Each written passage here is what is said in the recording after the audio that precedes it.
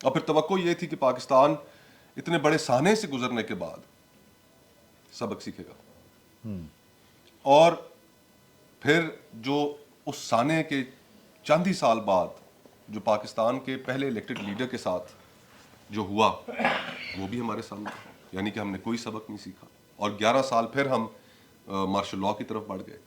اس کے بعد 90 کی دہائی آپ کے سامنے ہے کہ کس طریقے سے پولیٹیکل پارٹیز آپس میں 2 سال 3 سال 18 مہینے کی حکومتیں رہیں، اسٹیبلشمنٹ کا جو انفلوئنس تھا وہ کبھی ایک جانب کبھی دوسری جانب، اور ڈی اسٹیبلائزیشن جو تھی وہ جاری رہی۔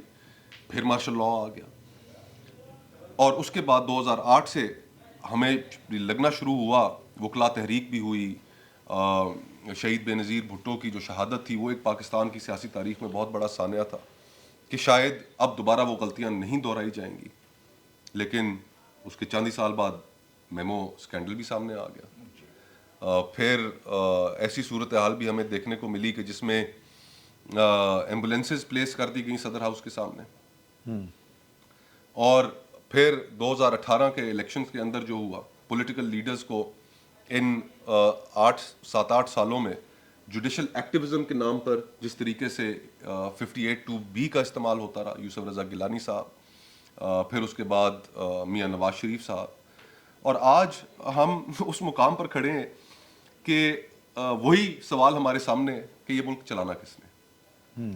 آخر یہ کیا وجہ ہے کہ اس ملک میں کوئی وزیر اعظم بھی آج تک اپنی مدت پوری نہیں کر سکا؟ لیاقت علی خان صاحب کا ریکارڈ ان سبسیکوینٹلی کوئی اس ملک میں نہیں توڑ سکا جتنا عرصہ وہ وزیر اعظم رہے، کوئی اپنی ٹرم مکمل نہیں کر سکا۔ 23.5 کروڑ لوگوں کا یہ ملک ہے، ہمیں کس جانب اس کو لے کے جا رہے ہیں؟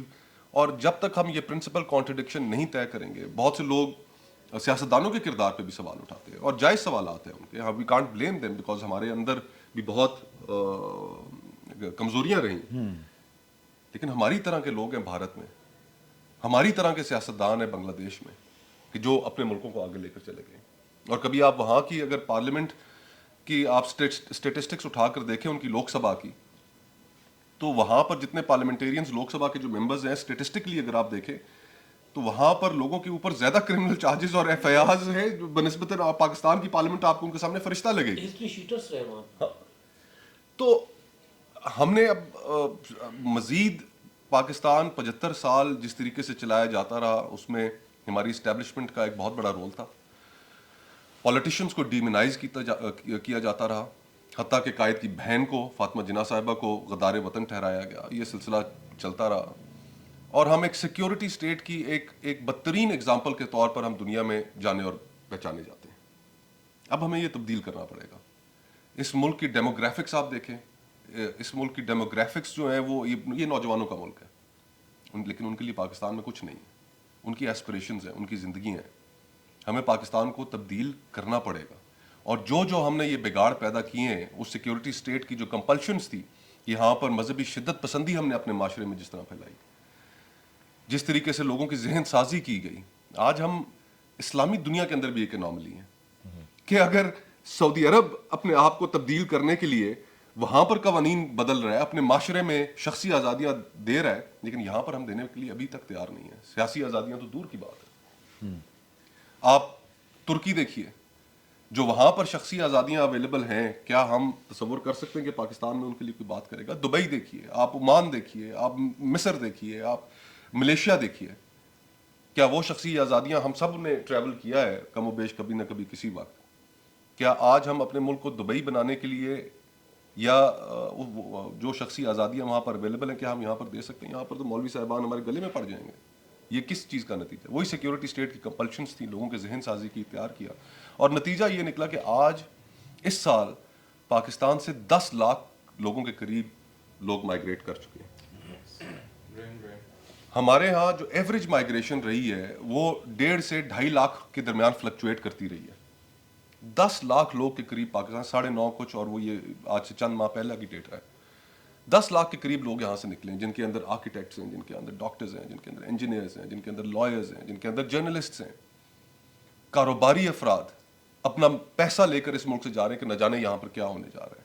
تو آج یہ چیزیں ہماری آنکھیں کھولنے کے لیے کافی نہیں ہیں؟ We are a field state.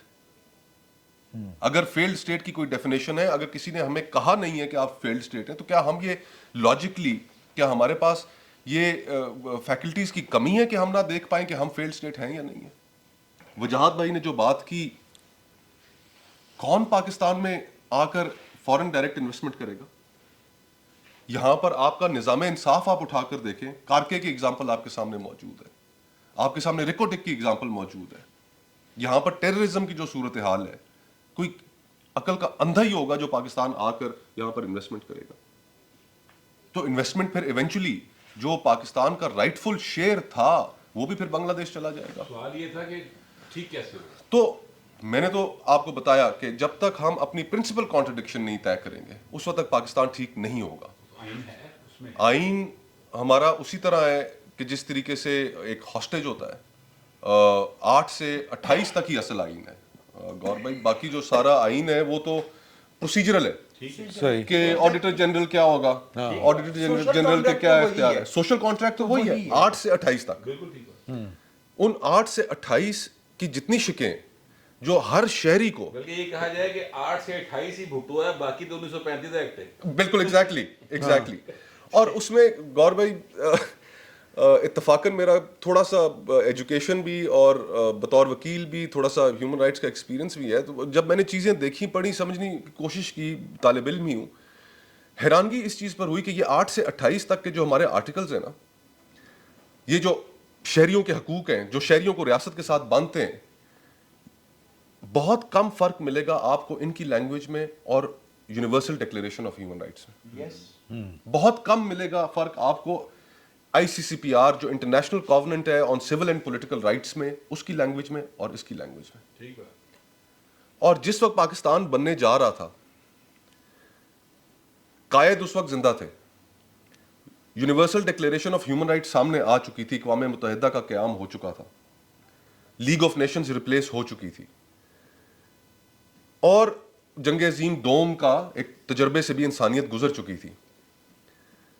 اور یہ طے کیا گیا universal declaration of human rights کے انسانوں کے حقوق آخر ہیں کیا, ان کو طے کیا جائے, ان کو لکھا جائے, تاکہ کوئی جنگ عظیم دوم, اور کیونکہ میکنائزڈ وارفیئر ہو گیا, نیوکلیئر ویپنز کا استعمال ہوا, تاکہ اس طرح کی چیزیں دوبارہ نہ ہو سکے, کوئی منیمم سٹینڈرڈز دنیا کریٹ کرے.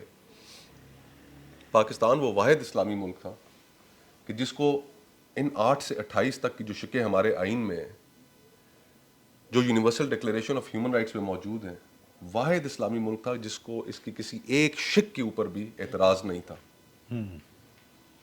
یہ پاتھ تھا جو ہمارے فاؤنڈنگ فادرز نے ہمارے لیے سیٹ کیا تھا, اور وہی 8 سے 28 جو ہے وہ ہائی جیک کر لیا گیا. پھر ان 8 سے 28 تک کی پھر ہم نے گفتگو نہیں سنی جب تک ہمارا آئین دوبارہ نہیں بنا.